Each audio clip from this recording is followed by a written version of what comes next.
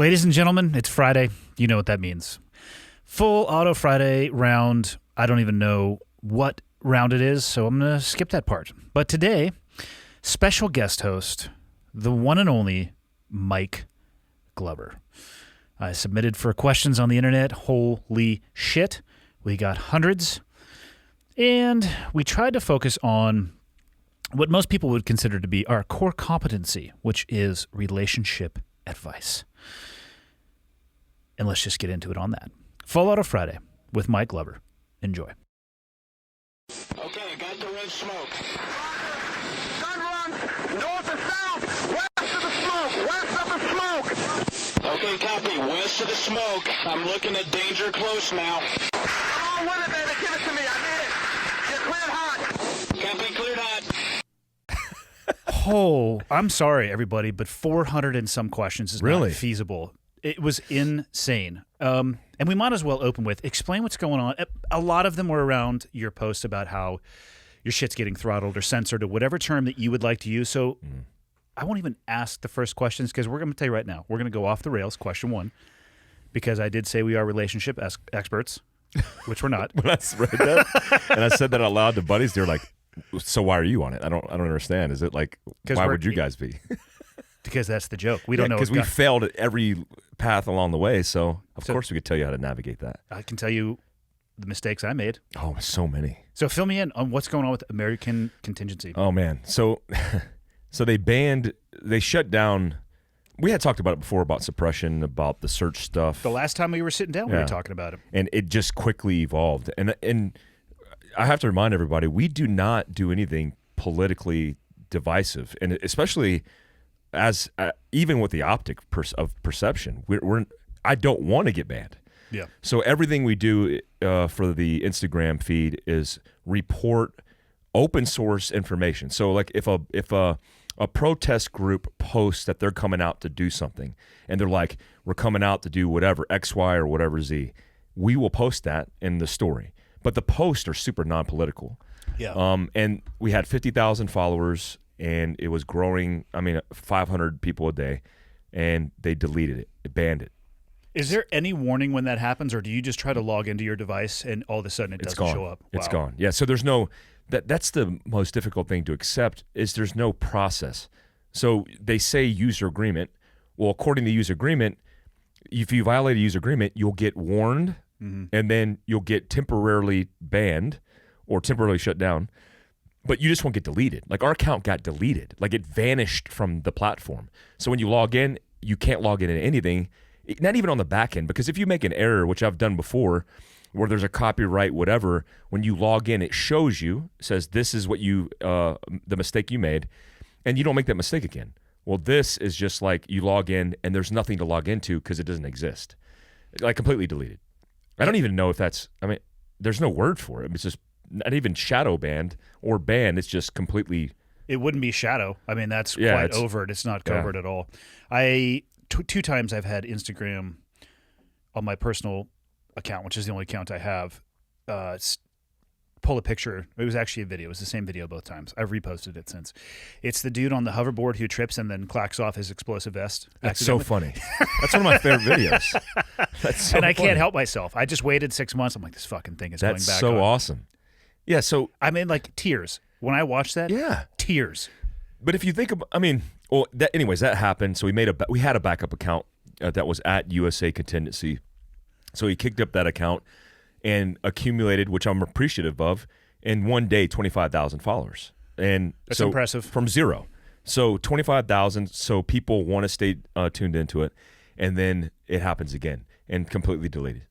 No again shit. Like I just did an article with Recoil Web, the web version of Recoil TV / Recoil magazine, and I did the article 2 days ago, and I was talking through the questions, and they were asking me about American contingency as a news story, and they had said, "Hey, you got suppressed, and this happened," and then when I submitted it, it hadn't even launched yet, and in a 12-hour period, the second account got deleted and banned. It just is happening so rapidly. It's pretty impressive. You think it's a person or a bank of computer servers doing that? I think it's manual. Like I've talked to all the tech experts. I'm somewhat schooled on tech, but not that deep of a level of moderation. Yeah. And most people aren't, because the algorithm and the tactics in the algorithm are classified. And it literally in these companies like Twitter and Instagram, it's in their NDA. Like you can't talk about it. They'll sue the crap out of you. That's Really? why nobody's coming forward saying, "Hey, this happened," or "This happens," because those companies will go after you and destroy you. So, I mean, it's happening across all the platforms, and I definitely think it's a manual process, because I even see it in my own account, specific to very specific things. And it could be a machine learning and an algorithm that sees keywords, hears keywords, and shuts them down. But to take the action to actually delete the account, I would imagine that if there is an algorithm, it flags it for review from a human being. Yes. And I think we got to that level, and then everything we did got banned. And it's only a matter of time before I lose my personal. That's going to get shut down. It's You already think it'll go that far? I think so. It's already getting massively suppressed. And the reason I say that is because there's a whole bunch of little different things that are happening. And one of the things that happened was, if you go on because obviously Facebook owns Instagram. Instagram used to be a great platform. I was on Instagram when me and a couple of guys in special operations, I feel like we're the first ones to kick off platforms on the platform in 2015. Like we started, and Tim Kennedy got me into Instagram. He's like, I did a cross post with him as my first post, and that helped kickstart my business. Oh, for sure. And did a whole bunch of good stuff. And I was, not to interrupt Yeah. you, I was with him 2 weeks ago. He had nothing but great things to say about you. Told me a story about you coming up to call win for him in the middle of a sniper course. yeah, that was a Which good is a story for a different day. Yeah. We'll save that one for. That was a good one. Yeah. So he, when that happened, Facebook banned the ability for you to even input the website in a message. So somebody messaged me and said, "Hey, Mike, I'm trying to tell my buddy on Facebook Messenger about AmericanContingency.com." Oh, it shut down the It shut it down. hyperlink? There's nothing on AmericanContingency.com that's controversial. So the only thing I could think is they flagged it. That depends on your optic. I know, that's true. I mean, that's true. There's some true. shit on there. Well, there's stuff on every platform that's going to be controversial to somebody. Yeah. Because God help if you offend somebody or critically think in 2020, it just goes Yeah. off the rails. It's not opinion based though. That was the big thing. It's based on fact. Like we're actually pulling facts from reports and posting that. So what's your strategy going forward? Obviously, you can't rely on, we kind of talked about this. You were talking about a network that you would create for yourself, because if you rely on those platforms, you're beholden to somebody else just hitting the trapdoor button. Yeah, I'm having some serious conversations with some serious people that are more wealthier and more intelligent than me about the way forward, because I'm pushing these people, these billionaires and millionaires, hundreds of millions heirs, to step up to the plate and put their money and their support where their mouth is, because they feel the same way. The problem is we don't have the mass support of the right people backing the right project to make sure this doesn't happen. And to be fair in this conversation, people have pointed me to Parler, and Parler was started by a conservative-minded individual who was sick of the suppression. The problem is he's suppressing the left. It's been reported that he's suppressing left. I don't know if that's true. I just saw the news articles on it, and I don't want that kind of suppression. I don't want to be on a platform that suppresses anybody on the left or right, unless it has to do with law and order. Like if you were inciting violence, if you're threatening people's lives, that's a no-brainer. That's moderated. Agreed. But anything else is free game. The silent majority has to stop being silent, I think, to start correcting the course of where we're going. Yeah. But that's a topic for the next podcast that we'll do after you move up here, which is going to I be will. perfect. I will get a house up here. I'm like 60 days out from getting a house here, man. How delightful is that in-studio Guinness? I will tell you, like, if you're not sponsored by Guinness now, you should be, because the only Those thing... Irish fuckers don't care about me. Dude, this is only bringing goodness. There's nothing negative in this world of Guinness, and I love it, man. Okay, so are you ready now that we've answered, I'd say, about 60% of the questions in just that opening statement alone? Yes. People were curious, though, man. I think people realize what you're talking about is happening, and nobody knows the way forward. because we're all beholden to these goddamn third-party platforms. It's sickening. They're going to be regulated. I mean, Senator Ted Cruz came out today hardcore and was like, we are needing to step up the plate and figure out how to amend the laws on the books where these companies are now becoming editorial publishing companies, which is a different regulation than a social media platform. It'll be an interesting 6 to 12 months, in my estimation. Yeah. Okay, Full Auto Friday is just kind of rapid-fire Q&A. So I pulled these suckers off of the most popular, because I was scrolling through. Is this more than usual on question-wise? Oh, yeah. Really? Okay. Oh, yeah. But you got to bring in the special guests. Because yeah. I can only imagine people are tired of hearing me run my mouth and answer questions. So let's bring in people who think for themselves. Question 1. Oh, man. If your mom and wife switched bodies and you had to bone one of them to switch them back, who do you bone? Ooh. That's a good one. This one disturbed me, and I'm glad that somebody else, they're like, hey, how about you switch that with mother-in-law and wife? The thought of my mom being a part of that equation makes me wonder if you're from Alabama or have been watching too much incest porn with the scratching face emoticon.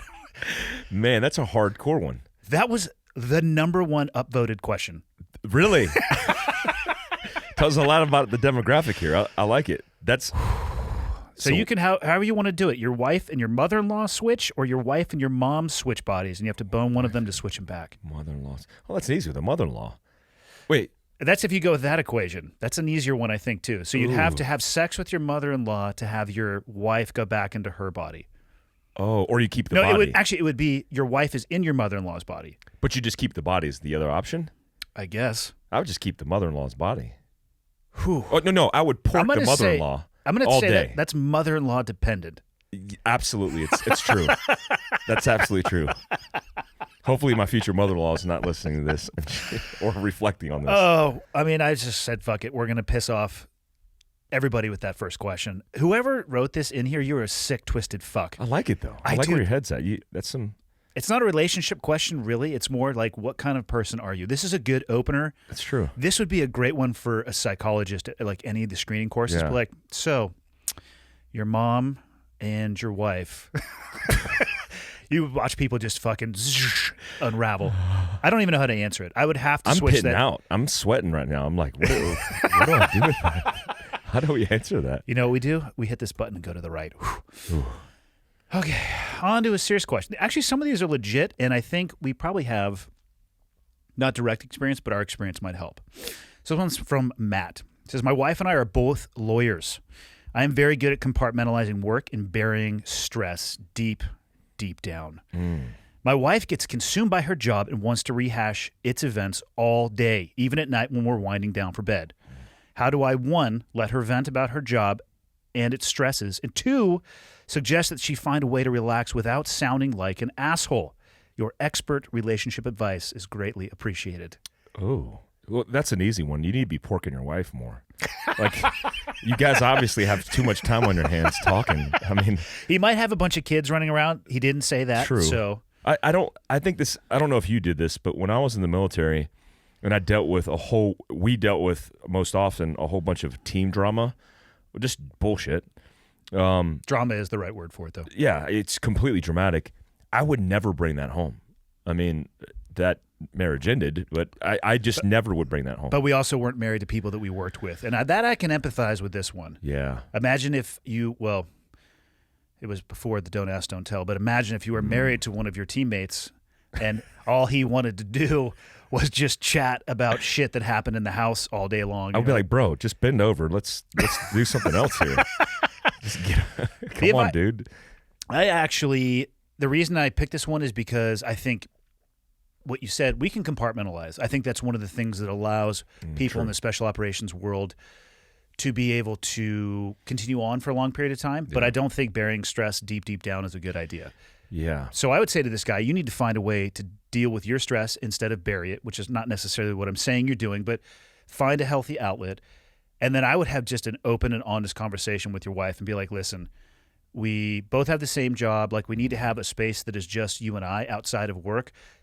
I would get an egg timer and set it for a certain amount of time and be like, go. Like, blast, dump. And then after that, let's work on our relationship. And the porking as the No, to use the term that you used. I like that. I like porking, but I like how you frame that, because if you have a deliberate window on a timer where you say, hey, listen, we're going to get this off our chest, and you could only talk about this for the next 30 minutes, which I think is an excessive amount of time. I think in 10 minutes, then it's done. It's off, and then now you could kind of switch your mindset and then be happy. You could go from one to the other. I can't imagine. I really appreciated being able to go home and not talk about the shit that happened at work. Yeah. Having that follow you home would be very, very rough. But we suppressed all that. Yeah, and I don't have any problems from that either, from just pushing stuff deep down. Not at all. Yeah. Yeah. I figured that stuff's just managed by itself. And I would say another thing I would recommend to this guy is, not that I'm recommending manipulating your spouse, but what I'm saying is figure out an activity that she likes to do and then find time to do that with her, and then she'll be shedding a lot of that stress. Were you thinking fucking when you were thinking about that activity? I like that she likes to do. So that's true. She's going to choose. Definitely not going to be that. Chicks are only into that in the beginning phases. After they hook you, they're not into anything like that. Dr. Glover. Here we go. We continue. This one comes from a man whose screen name is Complete Pass-Through, and he has a picture of a deer skull. So I'm assuming he's a bow hunter and loves it when his arrow passes from side to side. Okay. What's the balance between wanting to spend all of your free time doing fun shit and convincing your wife to be cool with it and not divorce you? Asking for a friend. I like that. That's a really good question. Most people who do a crap ton of hunting or activities like that deal with that. And I think the problem is the people. It starts with, this is pre-relationship, when you're hunting for your spouse. I mean, I want a spouse that likes to hunt, and so she understands the hunt, number one, and so she's not there. She understands the process, and then number two, if she likes to hunt, then she's good on glass. She's a good spotter, a good teammate, and you guys enjoy those things together. Especially if hunting is like I'm a hunter. But I'm not like a Cameron Haynes, who it's his life, right? That's the anchor of their universe. Exactly. Yep. I mean, I can't imagine that Cam, that his kids, that his spouse aren't hunters or don't understand hunting. They are. They all are to a degree. I think his sons, as they grew into it, but his wife. I mean, he's posted pictures of his Christmas card in the past, and there's a dead buck in front of his entire family. Yeah. So I think they are all in. But they had to have known that going in, because Cam. And Cam's an awesome dude. I've actually had him on the podcast. He was great. Really? Yeah, I was in Oregon for a speech, and I was like, dude, I'm where you're at, and we linked up, and it was awesome. But he's been hunting. I mean, Cam Haynes, I think, might have come out of the womb with a bow in his hand. Yeah, he shot the doctor in the head with his bow. Yeah. So he probably was hunting for his mate or selecting a mate based off of their congruency with that activity. Yeah. I mean, in this guy's case, he obviously hasn't found that. But I think the idea is balance. I mean, you have to be able to balance, just like you balance work with home life, you have to be able to balance recreational activity, because that's the hardest thing to justify, right? When you, I mean, I've gotten this in relationships. Hey, how come you haven't texted me? Well, I've been busy. Well, I saw you posted on Instagram. Like, oh, I guess you're right there. So it's this whole allocation of time thing, man. Yeah. You have to be able to allocate the time and barter deals. If you're saying, hey, honey, I'm going on a hunt, and it's an overnight hunt, then you say, honey, to make it up to you, we're going to do something together that's just as significant, and you just can't pretend. You can't go into that circumstance and not be passionate, or at least pretend to be passionate. You have to actually be involved with it, whatever that might be. Yeah, I think balance is the key thing, and I think you mentioned it. If you're going to prioritize what you want to do, you have to also at some other point prioritize the relationship, and then promising to do something is one thing. Living up to that promise and actually doing it is another. Yeah. How did you balance that in special operations, though? Because poorly. Yeah, but I'm also getting a divorce. Yeah. Well, because special operations wives, it's not like they go out and they go, hey, I'm going to hang out with the team or shoot guns and do. Because when I was off, I didn't want to do any of that stuff. Agreed. And so I just was turned into a vegetable where I didn't want to really do anything. Even the hunting and all that stuff that I used to be into in that career field when I was off, I was like, I don't want to do anything, which is part of the problem that's unhealthy, is there's no outlet. Yeah. The outlet is just vegetative states of boredom, just so you could like decompress your mind from all the stress. And I would hear, the same thing. Hey, you never want to do anything. You don't want to make plans. It's on me to make the plans. And those were valid because I was the same way. I just wanted to not do a lot when I had the time. Yeah. Where I could have done anything that I wanted to do. So, I feel like I should have went fishing. I should have went on vacations.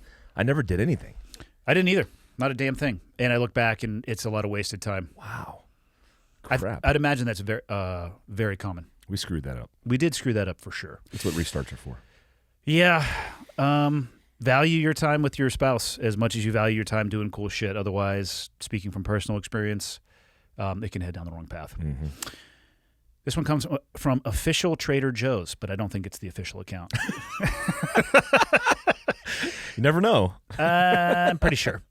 Given your previous occupations and the high divorce rate, what is a piece of advice that you would give to someone wanting to enter that community or newly in the community who already has a significant other? Common obstacles that they may face. We kind of just talked a little bit about that, but Yeah, the biggest one is communication. And, fuck, I was going to say the same thing. You have to, like, this idea that I've seen the bad versions of this where guys lie to their wives and make things more classified than it really is to mask their true intentions, right? Because they're like, oh, I can't talk about that. So they start off giving them no information because they think that's the nature of the job, and they operate in the space doing whatever shady shit they do.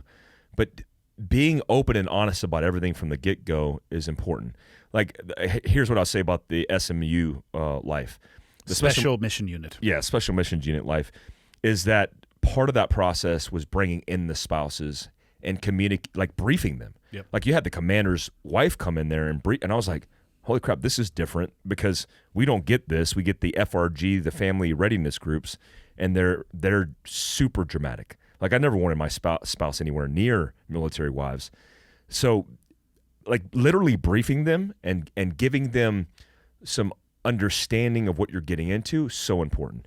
On the Navy side, they brought them in, briefed them, and then they signed NDAs. Awesome. I think they did that too on the Army I'm side. sure they probably did. Yeah, it was a big brief. It was a big deal, but they felt included, but they also understood from the get-go what they were getting into. So if you're a new Green Beret and your spouse doesn't understand that all of your time is going to be committed for the next 12 to 18 months in the Q course, in the qualification course, then there's a weird expectation that's probably going to be mismanaged, and they're just going to build resentment and anger, and then it's going to end in divorce. I was going to answer this one with communication as well, too. I think the biggest pitfall, and speaking for myself, so communication and work through issues as they come up, as opposed to putting them aside with the assumption or expectation you'll have time to work through them later on, because you may not, and shit doesn't get better with time. Yeah. You know, the issues don't age well, so deal with them up front as effectively as you can and be openly communicating back and forth. This one's from Brandini 1313.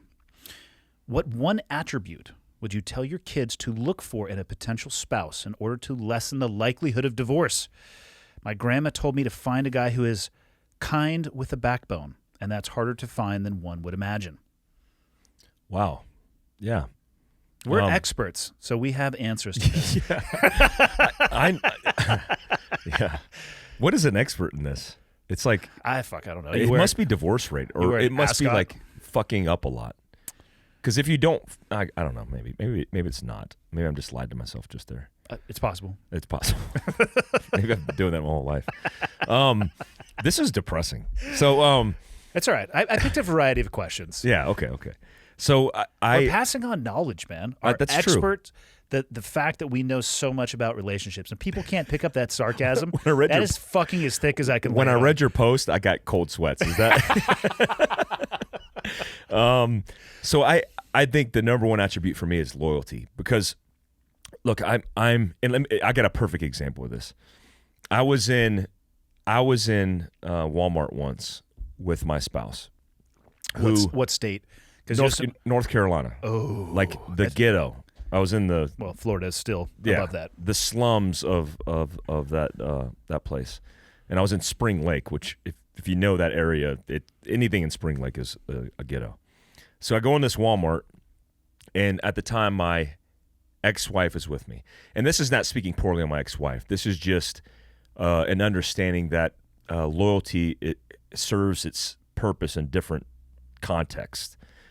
So the cashier and me got into a confrontation where she said something rude and I said something back, and it got elevated. And this guy was, he was irate, and so was I. And the guy was like, I'm going to call security. I said, call effing security, blah, blah, blah. It got heated. Well, right when that conflict started, my spouse said, what are you doing? And looked at me like I was in the wrong, even though I might have been in the wrong. It felt very weird for me to be confronted by my spouse in the moment and her not have my back. Yeah. And then, I fast forward to some relationships that I've been in with crazy ass women, knowing that after the fact, but super hot. There's a crazy hot scale, which we could talk about later. There's a YouTube video that explains it. Yeah, it's the science. It's science. It's fact. So where a small confrontation, and then the girl I'm with is like, I will skull fuck you. Like talking to the guy. Like, get the fuck out of the, like, who are you talking to? You don't talk to my man like that. Even though she get her 120-pound ass beat, that level, that's a very overt understanding of loyalty, but there's so many depths to it. But that level of loyalty to me has resounding effects in every way, right? I've been in circumstances where, like I've only been married once, and I'll probably never get married again. But my first wife, when I met her and I told her that we needed to move forward, I said, listen, this is how it is. This is how it's got to be. Are you with me or not? And in that moment, she's just like, I'm with you. I'm committed 100%. Let's do this. And that to me is significant. Even though I was a shitbag later on and fucked up a whole bunch of stuff, that level of loyalty to me, I look at and go, we can make it through anything if you're loyal, which covers down on a whole bunch of different attributes. But I think loyalty is, for me, the number one thing. Fuck, man, that's hard to follow up. I hadn't thought about loyalty. I was looking at this through the lens of our old jobs, and I was thinking that one of the things I have seen that's a common narrative for failed marriages in that environment is that the women attach their identity to what their husband does as opposed to a sense of independence and their ability to have things outside of that relationship. So they could still, though, be just as loyal as you're talking about, but they also are independent and they are self-motivated and driven. I think those would be the two things for me, because if you go down the path that we went down, the job is going to suffer last. Yeah. So yeah, you're nurturing that more than you are anything in your life. So that's important, because I think that's the agility or stamina you get in a relationship, because that's eventually going to end. And at the end of that path, what you have left is what she retained in her independence. And if she was just solely dependent on you and your life, then when you're done with that and you're falling apart, because you will in a way, yeah, you're just going to fucking fall apart. That's good advice. What is your single biggest regret or mistake that you've made since leaving the military? What would you do differently? So you said this was depressing before. Stand the fuck by. Yeah, I like this. I actually am a person who doesn't believe in living with regrets.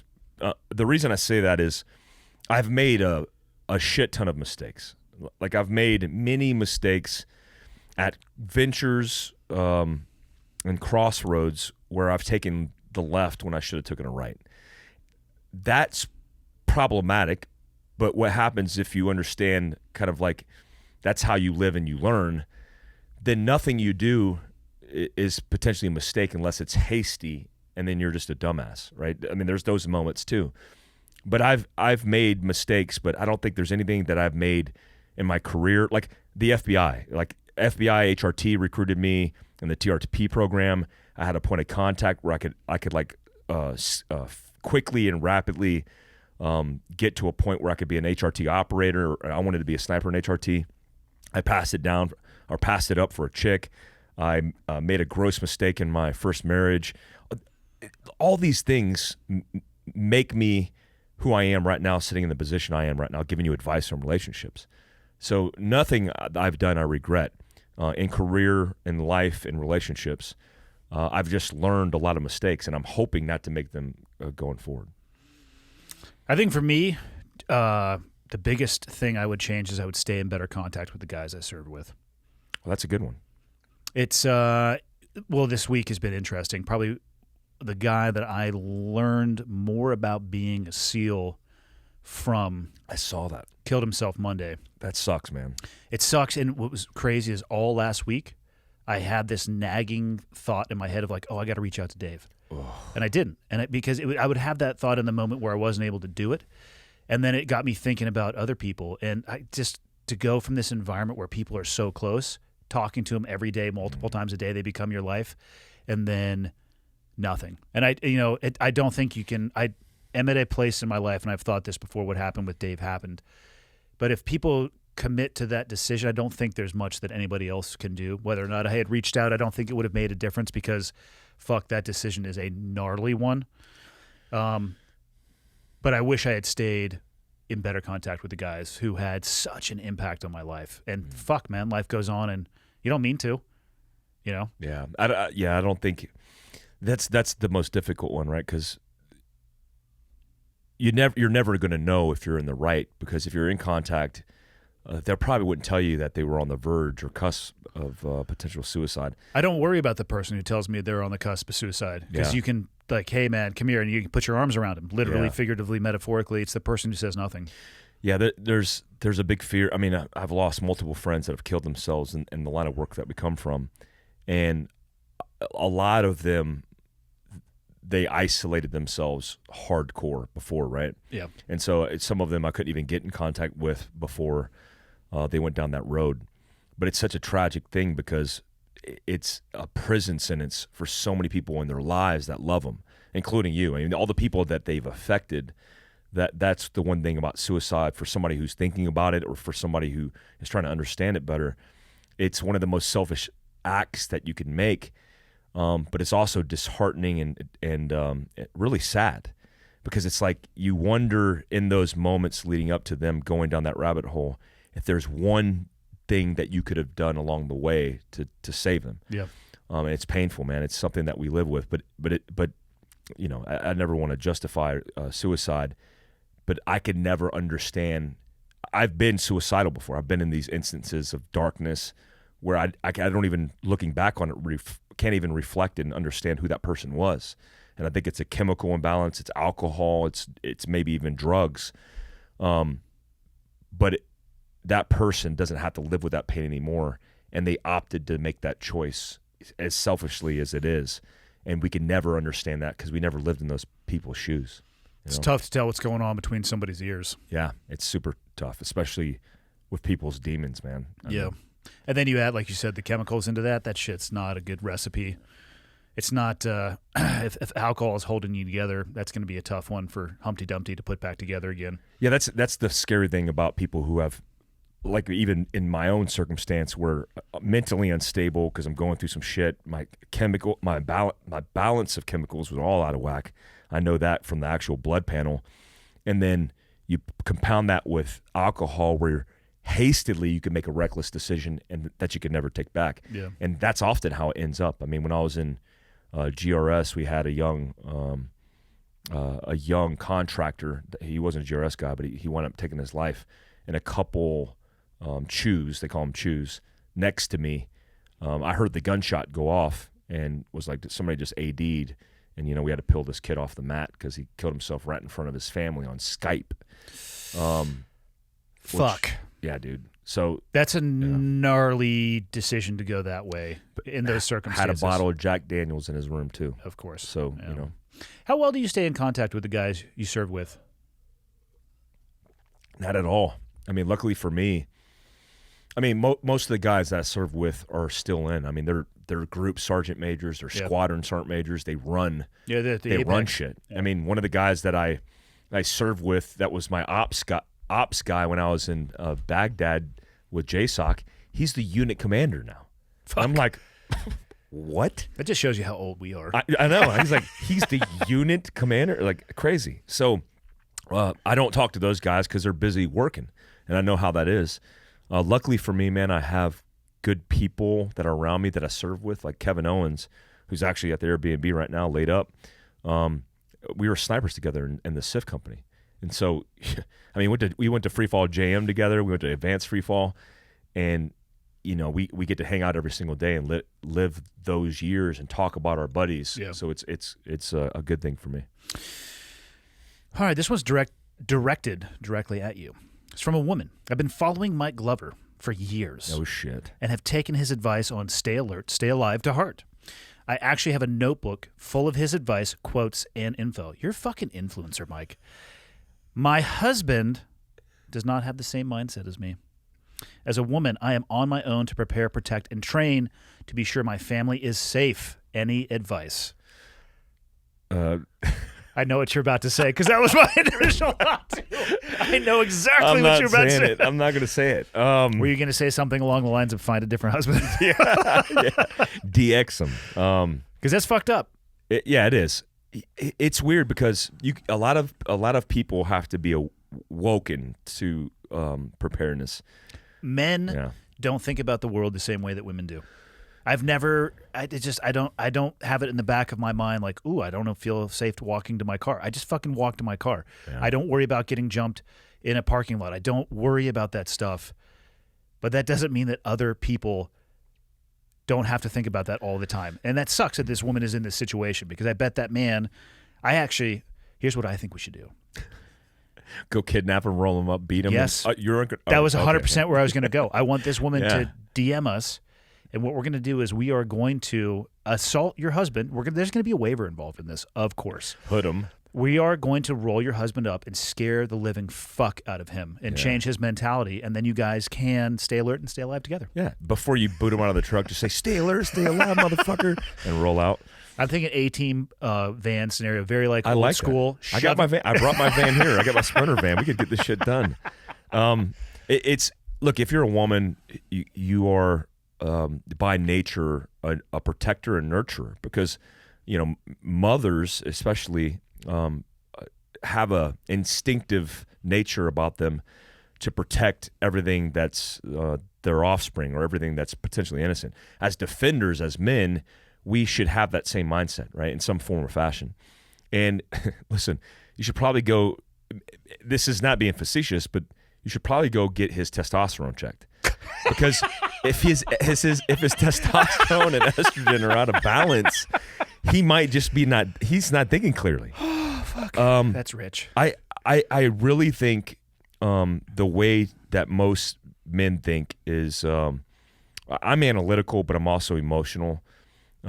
Most men who don't train are egotistical because they're like that. I don't need to do that shit, right? I'm a game time player. Yeah. I turn that shit on in the moment. Yeah, I don't need to train with Green Berets or special operations guys. I don't need to take this tactical course. I don't need to go to the gym. Like, screw that.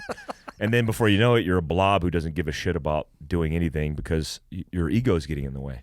I would have a conversation with him and let him know how important it is to you. Even writing down quotes and developing your mindset is super important. If you explain to him even the process of why you do that, maybe that might turn him off. Maybe he's just, his ego's getting in the way of that as well. Maybe he's like, oh, she's fucking writing his shit down. Like, fuck this guy. DX him. Just get fucking rid of him.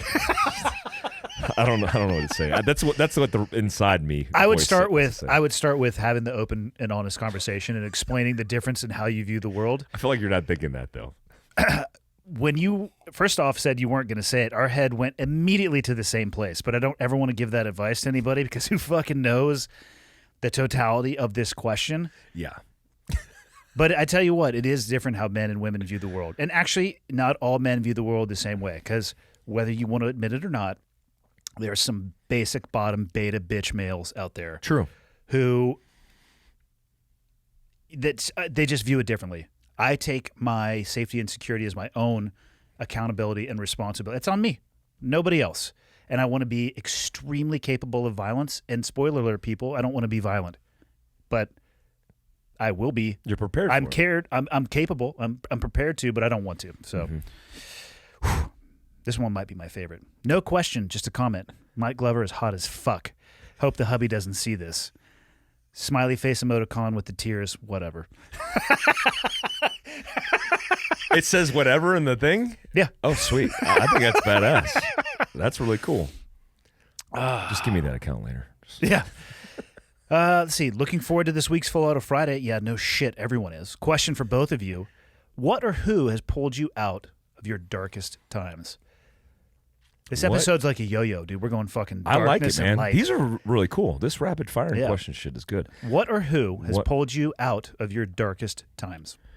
Here, I will say this. I've told this story, I think, to friends because people have asked me for this advice personally. When I was transitioning from active duty as a team sergeant in Special Forces to transitioning to the National Guard, which is 19th Group, I took a team. And so that helped me a little bit, but 1 weekend at a time, right? That's 1 weekend a month. There was a transition phase when I was vetting for GRS where I had to wait for a class date to vet. In that transition for vetting, I had nothing. I was going through a divorce. I was living on an air mattress in an apartment. You're talking about somebody who was a senior E8 or master sergeant who was at the tip of his job in special operations leading a team of operators and who had a nice house in Colorado, who was living a dream, to somebody who quickly and rapidly lost his identity, his persona, came to Texas and was living on an air mattress in an apartment by myself. On Christmas, New Year's, I spent both of those days alone on my floor of my apartment drinking wine for some reason because I was chugging wine. What type? It was red. It was a Pinot. Okay, just checking, seeing what you're into. It's a Pinot. I was fucking blasted. I don't even know. It might have been like Strawberry Hill or some shit. It might have been Mad Dog. Fuck, you could be able to tell that based off the hangover the next day. Dude, it was brutal. And I'm not a drinker. I've never was a drinker. Never. I'm still not a drinker. Like I'm wasted off this 3/4 of this Guinness. You're fine. I'm wasted. So super depressed. And I got my ass up one day and I said, I need to do something. And I physically realized if I didn't do anything, I might end up in a dark hole that I couldn't get myself out of. It was fucking disastrous. So I looked up yoga. Never taken yoga in my life. Never done a stretch in my life, really. And went down the road in San Antonio, Texas to a hot yoga studio. And when I went in there, whether it was the heat and or the intensity and or the chicks in yoga pants, or the combination of all three, I came out of it and felt normal again. And I think part of the problem was transitioning. I didn't have conditionally. I was a physical specimen. I mean, dude, I was a endurance freak when I was in the military, and then I went from that to literally sitting on the couch, which I didn't have a couch, sitting on the fucking air mattress, not doing shit. And that put me out of balance. I was all fucked up, man. Chemically, physically, emotionally, mentally. Yoga recalibrated me. And I started falling in love with it. I think between yoga and Labs for Liberty, which gave me a service dog, they trained a Belgian Malinois named Pearl. My life was saved by a Malinois in combat. And I had a close affinity for Malinois. We work with them a lot, right? But this Malinois, she was different. She's like a lab that could turn it off and turn it on, and she was my service dog. And I have physical disabilities. I'm 100% service-connected disabled. And they gave me that dog. Between those two things, it wasn't a chick, it wasn't a drug, it wasn't a psychologist. Between yoga and getting a service dog, I was able to find my place in life and find myself again. And it literally, I think literally those two things saved my life. I mean, yeah, fuck. I didn't go the path of either of those. I think for me, what has pulled me out of my darkest time was other people expressing to me that they care. Yeah. And another way to describe that would be love. Love from my kids, love from friends, love from family members, and just people constantly reaching out and just saying, hey, we're here if you need it. I never took anybody up on that, but just the offer of it in and of itself was largely impactful for me. You know you weren't alone. Yeah, that isolation, man. It's amazing how much you can wall yourself off just between your own ears. And Also fuck. expert at it. Oh, yeah. I think we all are. Well, the compartmentalization, like we were talking about before, it makes it easy to do your job night after night after night after night, just banging targets from sundown until sunup. But there's some negative consequences from over compartmentalization as well. Yeah. Especially when you start walling yourself in. It was fuck. This one's mostly for you because it says question is mostly for Mike. But thoughts on the Army allowing active SF guys to have public social media accounts and post operational related content? Is that a thing? Are they letting guys do that? Yeah, I've seen it before. And man, this is a weird one. It's weird because I've had guys, I don't know if they were special forces guys or special operations guys.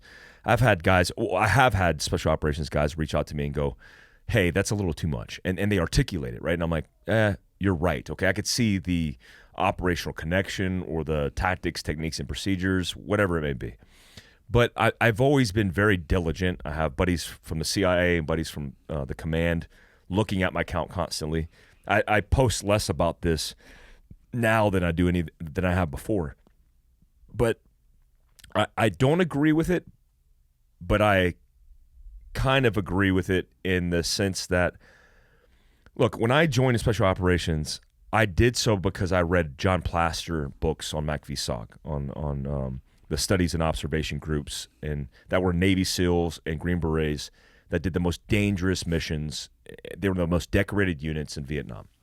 Dude, I was listening to an audiobook about a man who just jumped into the jungle triple canopy from about 100 feet above, absent a firearm, because the helicopter had taken off before he was like working on like the hoist system, and they just lifted off, and he was just like, fucking hold my beer. Yeah. Swan dive into the triple canopy jungle and just survived. Solo mish. Yeah. Recovered. I'm like, what the actual fuck? Yeah.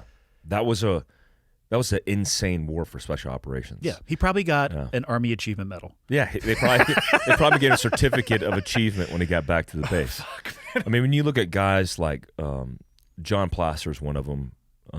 John Stryker-Meyer. Who's the one? Oh man, the name always. I mean, Nick Rose, one of the most significant ones for me because of survival. He started our survival school. These guys are freaking heroes, and the things they did are pretty insane. What was the question? Public social media accounts. Social media stuff. Yeah. So when, like, partially, I disagree with it, but in a way, I want people to be able to communicate about certain things in their lives that are important. I don't think there's like the classified considerations that I worry about. The thing I worry about is targeting. Yeah, that's a no-brainer. Yeah. Like, obviously, nothing at a classified level should ever be shared. Yeah, yeah, and I think most people who ask that question are thinking that way. They're like, well, these guys are showing operational stuff. I think the exploitation is the most important aspect to me. Where if I see one guy, I see his associates. Yeah. And I'm able to, I mean, dude, it's so, I mean, I have ex-girlfriends who could work for the CIA because they could tie everybody together in a network and they know where everybody lives, and they're usually doing it for nefarious reasons to catch me in some shit. But bad guys are smarter at this. They have software. I think there should be a policy in place. I don't think operators or special forces or special operations guys should have those accounts open. But if they're on their Facebook that's private, that has certain pieces in place, you shouldn't be allowed to do it. I wasn't allowed to do social media in my entire military career. Like, we didn't have any. I think there's just more risk than potential benefit, and I don't even know what the potential benefit would be. Yeah. Outside of communicating to your family, like I wouldn't be posting operational pics anyway. So that should be a no-brainer. Like, that's a no all day long. If you're out hanging with your team guys, and you're in a bar, I mean, I could see a picture of people and tell you if they're special operations guys. Oh, for sure. I mean, we identify them. I could point out a team guy from about 4.6 miles away. It's easy, right? We know exactly even the way they walk and the way they look. It's crazy. I know. It's insane. Nuts. So I would say no. I don't think it should be used. But if it's on their personal, it's locked up, and they should be still able to communicate, because that is an important thing for especially for overseas, staying tied into people's lives. Agreed. Final question. Besides buying T-shirts or making donations, what is the best thing average civilians can do to help causes like veteran suicide prevention and PTSD awareness? So this is problematic. The problem right now is there's too many organizations, right? Over 40,000 service-based organizations. Yeah, with no regulation, right? Or no moderation, I would say. I wouldn't want to regulate them, but to moderate them and to understand, like, a lot of these organizations have taken advantage of the PTSD veteran. There's a whole bunch of scammers out there, right? If you want to help, like, you have to get tied into the right organizations. I work with Chad Robichaud, who started Mighty Oaks Foundation, and I vetted them. I'm on their board of directors now, but I vetted them for years, having my own guys go through their programs, which is a comprehensive 5-day program where they have psychologists on staff, they have mentors on staff, and the key word is comprehensive. Taking like this guy, you might have remembered this, started this nonprofit organization where he's taking guys skydiving, and he was doing all kinds of adventure style stuff. I don't want to name the organization because it doesn't exist anymore, but I looked into it. I was like, so when you say you want to take a guy who suffers from post-traumatic stress and you want to take him skydiving, or you want to take him, what is the other one? The wingsuit flying stuff that you did. Yep. And then you're taking that money. What is that money going to? Like, I was asking these pointed questions because everybody was supporting him. And can I say the name of the organization? That's your choice. No, I won't, because I don't want to get any legal issues here. I'll tell you offline, though. Okay. So, because it just popped in my head. I found out on the back end, some guys contacted me that worked for him, that this dude was using the organization to pay for his apartment, because you can do that. Yeah. Right? If the guy runs the nonprofit, he could use it to pay for his expenses, including his car payment, his housing, whatever it may be. And he basically was using all the capital to pay for him. So in the beginning phases of this, I supported the nonprofit, and I paid him $500 to do a gun raffle, which I have enough guns. I don't need any guns, but I wanted to support the mission. $500, and then the raffle went off, and no winner was announced, and they raised like tens of thousands. I said, hey, who won? And nothing. Like, hey, bro. That's a bad indicator. Yeah, you have to announce the winner or something. Nobody was announced. Contacted him later and then found out that he just kept all the money. Anyways, that's problematic. That happens. Mission or find a mission that one of us, for example, are tied into, because if we're supporting it, it's because we did our due diligence. I think that's good advice. If you have guys who you know come from that world that are openly supporting an organization, there should be that level of vetting that has occurred. That's key. Yeah, I mean, fuck, out of 40,000, who knows how many of those are above board? I would like to think that the vast majority are, but I've heard horror stories too. We should definitely give me the name of that afterwards. Who do you support? I mean, what's your... So, I mean, but people ask me this all the time, how do I help? And I always tell people, for me, the DNA is tied to the SEAL community, so I love the SEAL Foundation, and there are a couple of organizations that are peripheral to the SEAL community that I am not necessarily directly tied into, but I know the people, that same level of first-person connection. I worked with them. I know them directly. But I just tell people, find something that speaks to you. Did you come from an Army family? Fucking awesome. Go find an Army charity like Green Beret Foundation. Yeah, Green Beret Foundation. Black Rifle Coffee, founded by Green Berets. And they openly talk about the organizations that they support because they've vetted them. But maybe you're an Air Force guy or a Coast Guard guy, or fill in the blank. So find whatever speaks to you. Do your due diligence. And then I'd go a step farther. The things that I always tell people, like, let people know that you're there for them, but then never let vets get away with anything that you wouldn't let anybody else get away with. Absolutely. Like, I see that far too often, vets trying to exploit their veteran status. And it's like, no, man, you know what? You actually should be doing more than the average civilian. Mm-hmm. It's a privilege that you get to call yourself a veteran, and don't stop serving just because you're out of uniform. Yeah. So hold them to a standard, but then let them know that you're there as well. And then if you have the monetary means, just find something that speaks to the DNA of who you are. That's why I support companies like Kill Cliff, like Black Rebel Coffee that support nonprofit organizations. I mean, Kill Cliff is big in supporting. They were founded, by Todd with the desire to give back to the SEAL Foundation, to be the largest charitable donor in perpetuity that never ends. And so, every can that they sell, a portion of it goes to it. And that's one of the main reasons why. I think they're my longest running sponsor at this point. Yeah, same here. I support companies and consumer decisions that support those kind of organizations. And that's a good start point too. Yep. Closing thoughts by relationship therapist /expert, Mike Glover.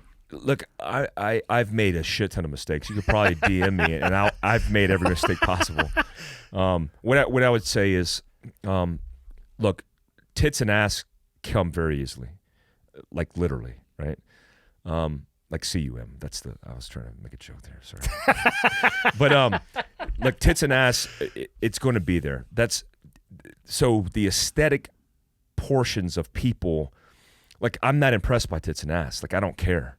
Like the depth of a human being is more important to me, and that's how you truly build a relationship. Because when you're farting on each other, and all the allure that you fell in love with initially goes away, you're left with the depth of that person, that real person, the core of who that person is. So them being a good human being and being friends, that's more important, because you're going to have to live a lifelong journey with your best friend, not just TNA. I mean, if you find both of them, that's the greatest combo ever. I'm not, for the record, I'm not a tits guy. I'm an ass guy. That's all I got. And we're done.